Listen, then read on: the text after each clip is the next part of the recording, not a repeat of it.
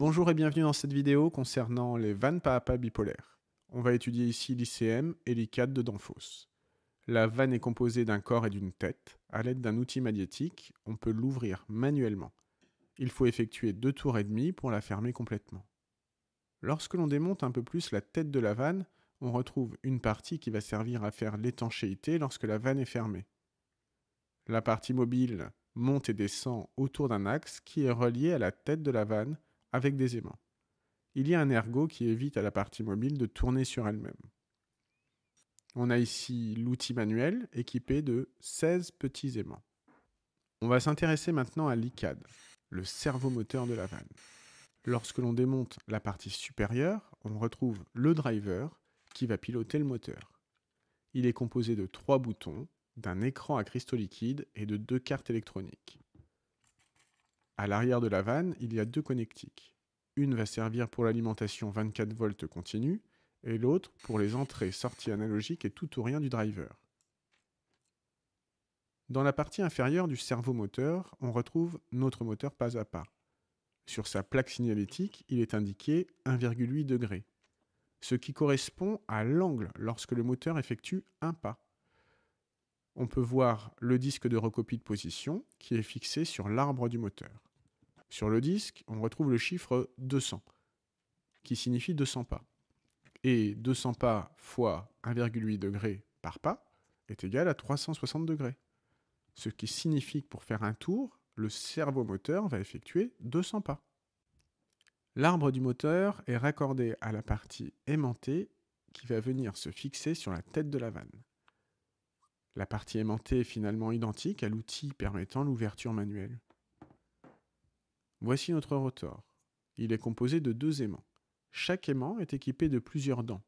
Pour pouvoir compter les dents plus facilement, on va mettre un petit peu d'encre sur le rotor et du blanco. On va maintenant pouvoir imprimer les dents du rotor sur notre feuille. On voit bien que les dents sont décalées d'un cran entre les 2 aimants et on peut compter 50 dents par rotor. Le rotor est bien constitué de 2 aimants dont la polarité est inversée. En ce qui concerne le stator, on retrouve 6 dents sur chaque facette, soit 6 dents x 8 facettes, 48 dents. On va s'intéresser au stator du moteur pas à pas. Nous avons 4 fils reliés à un connecteur qui se raccorde au driver. On a placé ici des petites rallonges pour faciliter les tests. À l'aide de notre platine, on va venir fixer nos rallonges pour tester la résistance ohmique des enroulements. Alors là, on n'a pas de continuité. Il faut donc inverser 2 fils. On retrouve bien une première bobine, puis une deuxième, avec une résistance d'environ 20 ohms par bobine. On va tester maintenant les facettes à l'intérieur du moteur, qui sont aimantées lorsque l'on alimente les bobines. On a 4 pôles pour la première bobine et 4 autres pôles pour la deuxième bobine. La composition du rotor et du stator de notre moteur est maintenant identifiée. Avec une pile 9 volts, on va faire tourner le moteur. Lorsque l'on alimente la bobine 1, le moteur tourne dans un sens. Il tourne dans le sens contraire lorsque l'on alimente la bobine 2. Pour inverser le sens de rotation, il suffit d'inverser les fils reliés à la bobine 2. On peut constater maintenant que le moteur tourne bien dans le même sens. La séquence d'alimentation du moteur bipolaire est composée de 4 étapes. On commence par alimenter la bobine 1 avec le plus de la pile sur le fil vert.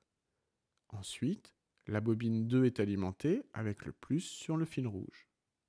L'étape 3 consiste à inverser la polarité. On alimente donc la bobine 1 avec le plus sur le fil noir, et enfin, le fil bleu de la bobine 2 est alimenté avec le plus de la pile. Chaque étape correspond au déplacement d'un pas de notre moteur. On va pouvoir maintenant remonter le driver et le disque de recopie de position sur le moteur.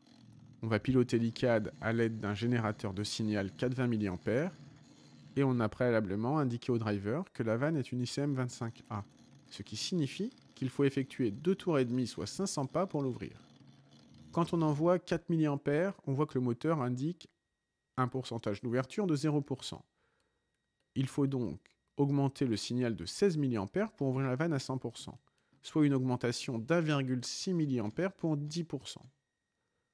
Si on souhaite vérifier la cohérence entre le pourcentage d'ouverture affiché par le driver et la position de la vanne, on constate que le servomoteur effectue bien 2 tours et demi pour ouvrir et fermer la vanne. Lorsque le servomoteur indique 0%, on voit bien que la vanne est arrivée en butée. Afin de visualiser les impulsions électriques envoyées au moteur pas à pas bipolaire par le driver, on va raccorder un oscilloscope sur les 4 fils de nos 2 bobines. On constate déjà que les 2 bobines sont alimentées en permanence afin de bloquer la rotation du moteur. Lorsque l'on modifie la consigne de position de la vanne à l'aide du générateur de signal, on voit les impulsions électriques qui sont envoyées au moteur pas à pas. Si on zoome un petit peu sur l'oscilloscope, on retrouve bien notre séquence qui correspond aux 4 étapes d'alimentation du moteur.